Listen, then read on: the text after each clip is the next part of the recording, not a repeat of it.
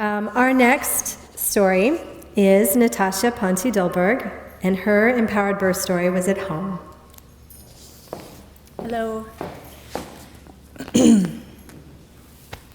I'm Natasha, and I would like to tell you about why I decided to have a natural birth at home. But first, I'd like to tell you a little bit about myself. I'm a licensed marriage and family therapist. I treat my clients through a holistic lens. So I use an integrative mind-body therapy approach to help my clients discover the source of their issues, whether emotional or physical, and move toward healing by uncovering their own hidden resources. And what led me to this profession is about 12 years ago now. I was going through my own physical issue that I felt wasn't being properly addressed by the medical care that I was receiving. The medication seemed to make things worse. So I set out on my own journey to research some other ways that I could take control of my own healing. And what I discovered is that by using proper nutrition, exercise, particularly yoga, and emotional healing, I'd have effects that were much more long-lasting and effective. So because of that, it inspired me to use my career as a way to help others on their journey of mind, body, spirit health. So I decided to become a marriage and family therapist so that I could specialize in the emotional piece of the physical experience. So for me and my family, some of the practitioners that we use are acupuncturists, holistic doctors, chiropractic, specialized nutrition, our own therapy, things like this. So why, during the most physical event that my body could go through and the most important life-changing event for me and my baby, would I depart from this optimal wellness plan and birth in the hospital, even though my insurance covered it?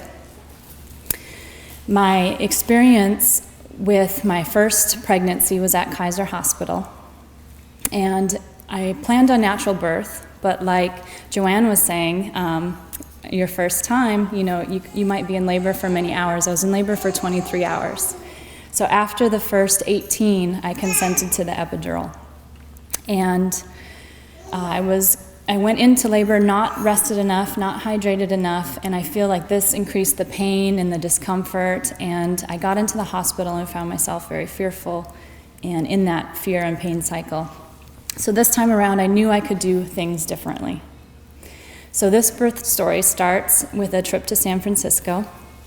My husband and I had finally gotten away when my daughter was about 2 years old, and the best souvenir we brought back from San Francisco long weekend was my son in utero.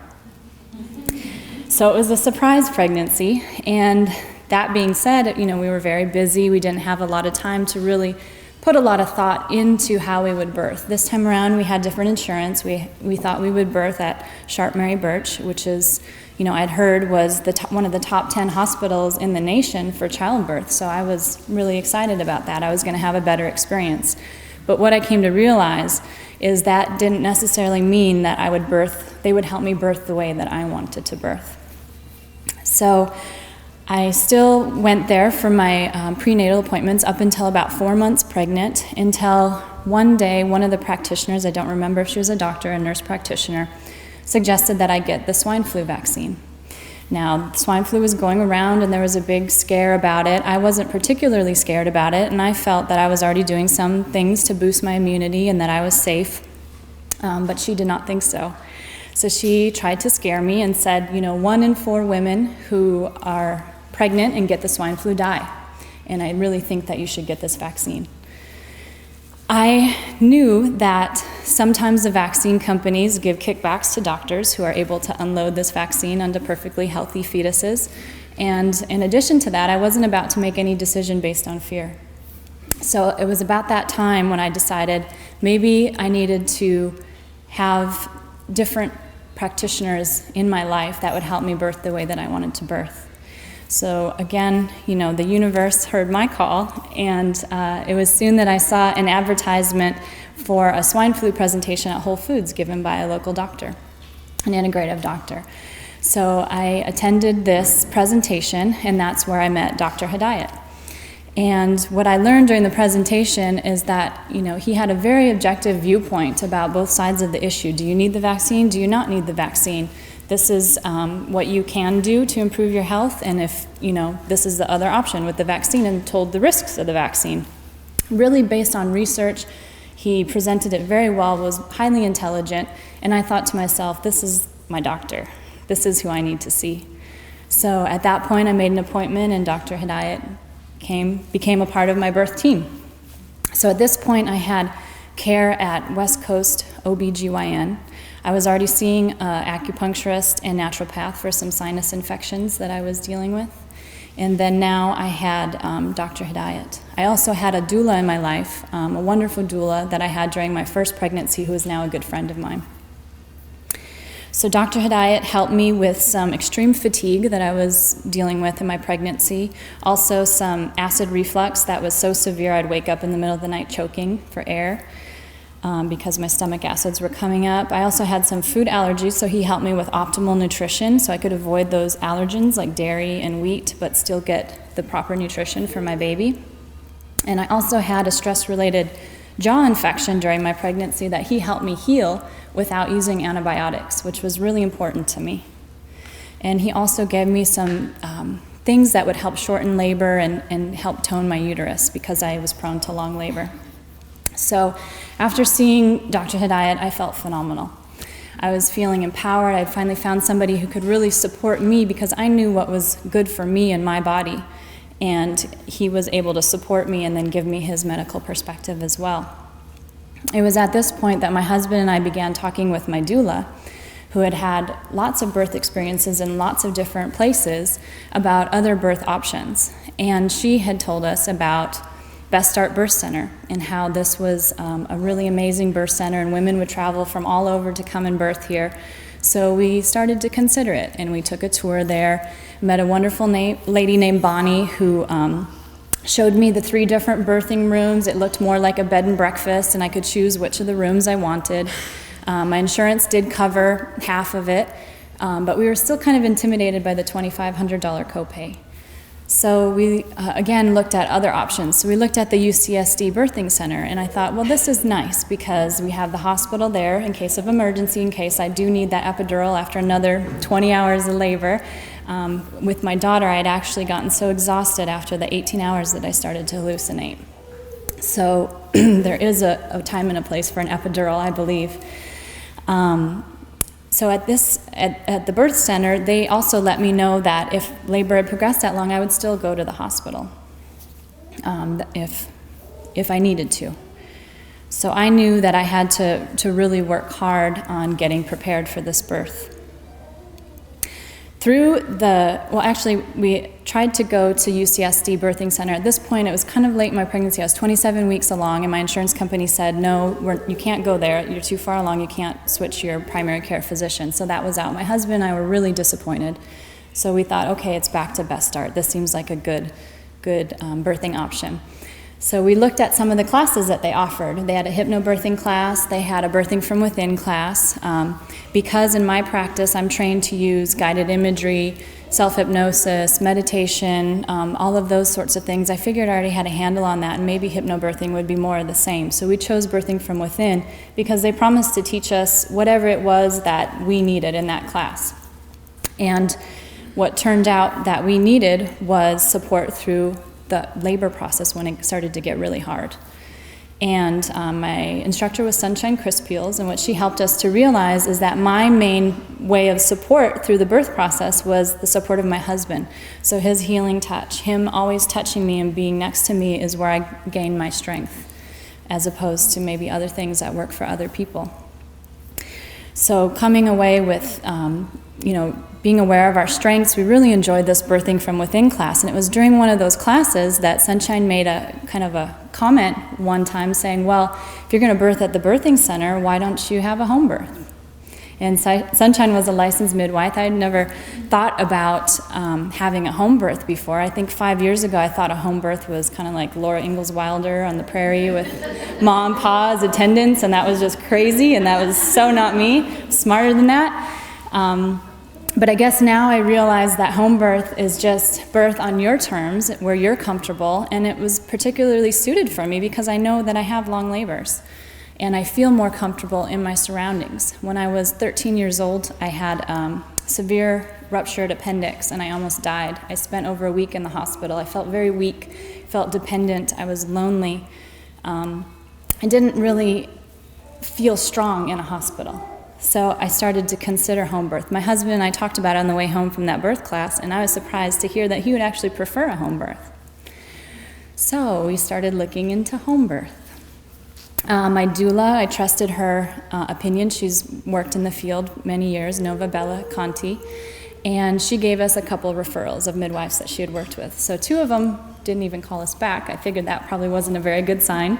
And at this point, we only had 6 weeks left before my due date. So we ended up hiring Barbara Herrera, and what we liked about her is that she was very open and honest when she came to visit us. She let us know that if she felt it was time to go to the hospital, that we would need to go.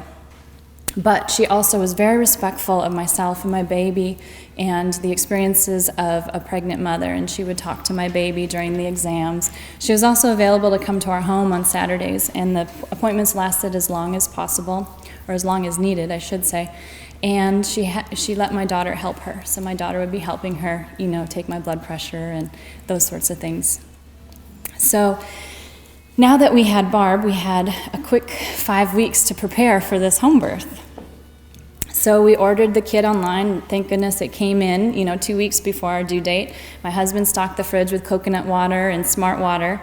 We had snacks for us and all of our attendants. I had my aromatherapy diffuser set up. I had candles. I had my Louise Hay meditations that I was going to read when the going got tough. And I started to get fearful. My mom flew in from out of town to watch my daughter during the process. And we had our emergency bag packed just in case. So I actually gave birth on a Tuesday morning, but contractions started on a Sunday afternoon after a particularly stressful lunch out with a 2-year-old tantruming toddler. And I knew that I kind of wasn't surprised when labor started. The night before, my mom had made this delicious chicken dinner with the potatoes and vegetables, and I just couldn't get enough. I was eating and eating, and I said, "Mom, I think something's going to happen soon. My body just feels like it's gearing up for something." So when contractions started, she said, "Oh my goodness, we need to get home." And I said, "No, that's fine. Let's just go to Target. This could be days. Who knows, when this is really going to start?" But the process has started. So we went to Target. We took it easy. The next, I would say the next day, that whole day, I had intermittent contractions. It just felt like menstrual cramps. I slept through the night kind of restlessly, sleeping through the contractions. Woke up the next day, still intermittent until things started to pick up at about 4 p.m. So at that point, I knew this was happening. I called my midwife, Barbara. She reminded me, don't start timing the contractions. You have long labors, so as soon as you start timing the contractions, it's going to feel like you've been in labor so long, and it's just going to add to you being impatient and exhausted and whatnot. So I went down to the jacuzzi that day. Our jacuzzi always seemed to be broken in our apartment complex, and I have somebody here who lived in that apartment complex with me, and she's laughing. The jets were, so it was nice and warm rather than hot, and the jets were blowing on my tummy and kind of helping with the contractions and the cramps. I made some phone calls. After that, I went back to the apartment. I had dinner. I just took it easy. I had all these ways that I was going to get through the contractions. So that's what it was. It was me listening to my body, moving through it, talking to my mom. I talked to a good friend on the phone. I watched a TV show. I slept a little bit. One of the things that my midwife had suggested is that if I couldn't get to sleep, knowing that rest was so important because we didn't know how long it was going to be, that I could drink a half glass of wine with a little snack, and that might take the edge off of the cramps and help me to sleep. So I did take her suggestion, and I slept for a glorious 2 hours. So waking up feeling rested, thank goodness, because then labor did start to pick up. At a certain point, my doula came over, gave me a massage, things slowed down again. I called my midwife and said, I think something's happening now. I think it might be time for you to come over. So she said, okay. She was there in about 20 minutes with her assistant and all of her gear. And she said, do you want to be checked? Because I think that, it might be time. And I said, no, I think I would be so disappointed if I was only 3 centimeters. And she said, well, I think it's important. So she did check me, and I was about 9 centimeters at that point. I was thrilled, ecstatic. She said, baby could come out in 2 pushes, get in the tub. Well, 7 hours later, 7 hours of active labor. The beautiful thing, though, is I made it through. My husband was my main support. I did get nauseous and start to vomit again, like I did with my first, but I was able to stay hydrated. I was able to get through it. And I tried a variety of positions. I actually had the feeling like I wanted to squat and birth my baby, but I had bad knees, so I wasn't able to do that. I ended up getting up on top of the bed on all fours and eventually pushed my son out that way, while my daughter watched, fascinated and amazed at the birth of her new brother. And, when I flipped over to lay in bed is when I first noticed that something might have been wrong. The cord was very short, and I had a hard time lifting my son up to my breast. So my midwife had to help me turn around and lay in the bed, and I brought him to the breast, and he nursed, and I was snuggled by my husband and my daughter, and I was as happy as could be. I was calm. I was totally present. I felt so powerful. I felt this feeling of love that I didn't even know was possible. And I was just ready to snuggle in and recuperate. Unfortunately, about 20 minutes later, my midwife said, your placenta should have come out by now. Are you feeling contractions? And I said, no, I'm not feeling contractions. And she said, okay, well, I'm going to need you to help push it out, and I'm going to slowly try to guide it out as you push. Well, as we did that, the cord broke. So the cord broke off of the placenta. The problem is with that is that you could have some hemorrhaging, and this is one of the top ways I believe that women die in childbirth, is that the hemorrhaging happens. So at that point she said, okay, I'm going in, I'm going to scoop it out manually. So she went in, wasn't able to get it. She said, I'm going in again. She went in, wasn't able to get it. So she gave me a shot of Pitocin in the leg to help the placenta come out, and she said, I'm calling 911. I'm sorry, but you're going to have to go to the hospital. So I was still calm as a cucumber. Okay, I'm feeling good. I had all those good hormones. The epidural wasn't blocking anything. So pretty soon, I'm laying naked in my bed with my new baby and my family, and there's 5 strange men with a gurney in my bedroom. All right, here we go. So the doula really, stepped in here, and she said, Natasha, make sure you keep the baby skin to skin. Don't let them take your baby from you. So the 911 team that showed up was very supportive. They took my vitals. I was actually stable, so that was good. They wrapped the baby and I in a blanket, put us on the gurney, brought us down to the ambulance. My doula jumped in the front seat of the ambulance. My husband was in the car behind us. My midwife stayed to clean up and then met us at the hospital. I didn't have to go to the emergency room because I was stable. I ended up going to Sharp Mary Birch. So here I had come full circle, back to Sharp Mary Birch. And I was a little bit concerned that they might think, oh boy, here's another home birth botched, or here's another home birth gone wrong, should have come here in the first place. But they weren't. They were very respectful. And they hooked me up to an IV, I think probably some antibiotics and more Pitocin.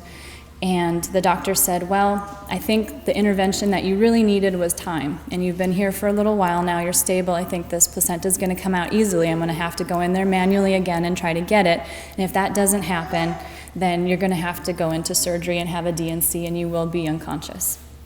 So I did not want that. I was so enjoying my baby. He was still on my chest.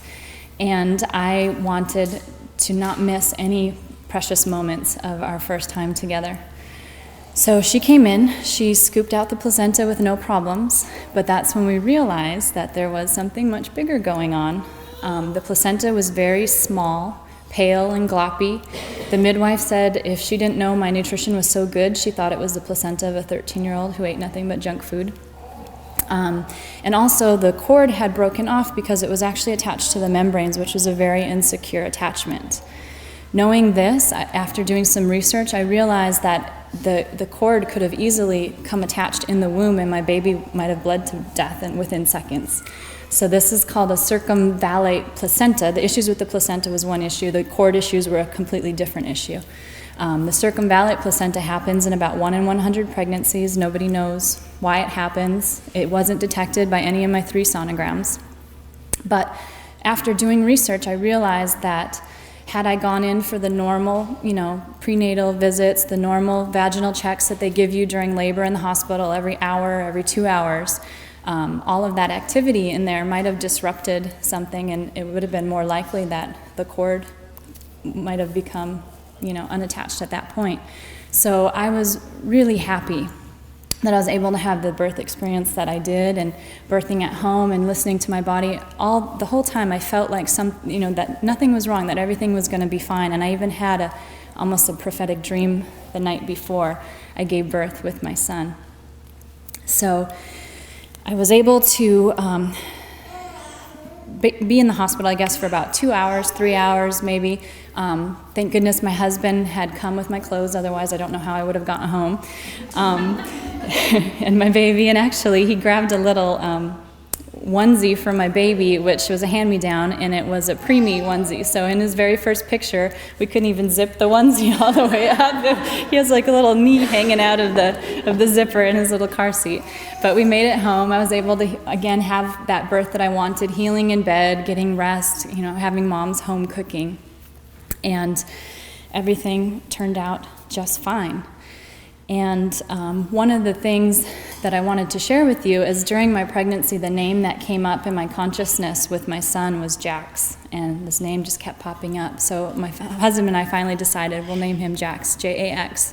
And when I looked up the meaning in a birth book later, the meaning is of God. And I feel that with all of the complications that he went through, with the placenta issues, only having a piece of the placenta attached, that's what circumvallate placenta is, only a piece of it attaches, so a lot of the times the babies don't get enough food or oxygen.